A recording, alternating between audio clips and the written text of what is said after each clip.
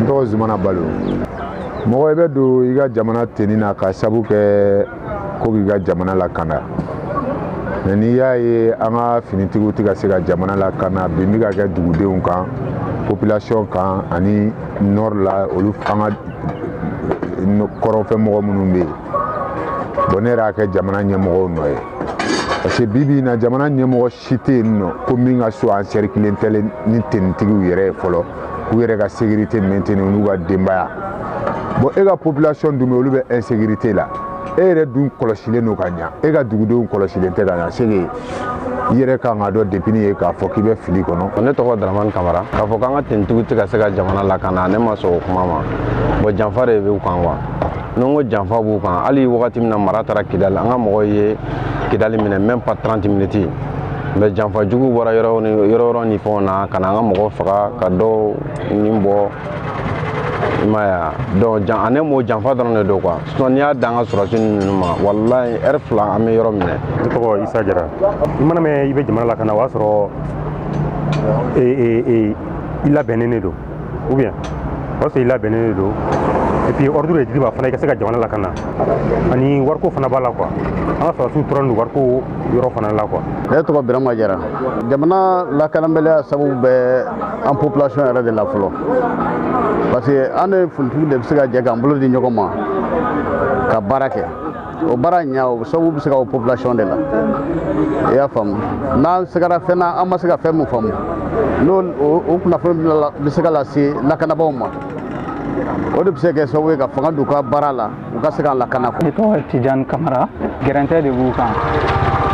N'o tɛ n'i ye minɛn d'an ka finitigiw ma bi walahi an bɛ degun kɔnɔ an bɛ bɔ a la et puis mɔgɔ minnu bɛ ani an ka jamana lakanani cɛ ka bɔ an n'an ka jamana lakani cɛ n'o tɛ gɛrɛntɛ o gɛrɛntɛ b'an kan o y'o dɔrɔn de n'o tɛ an ka finitigiw ma dɛsɛ walahi an dalen b'u la. Ne tɔgɔ Ibrahim Faki Yatara. An ka sardasiw u tɛ se ka jamana lakana parce que u bɛ lakana min na janfa ko de b'a la.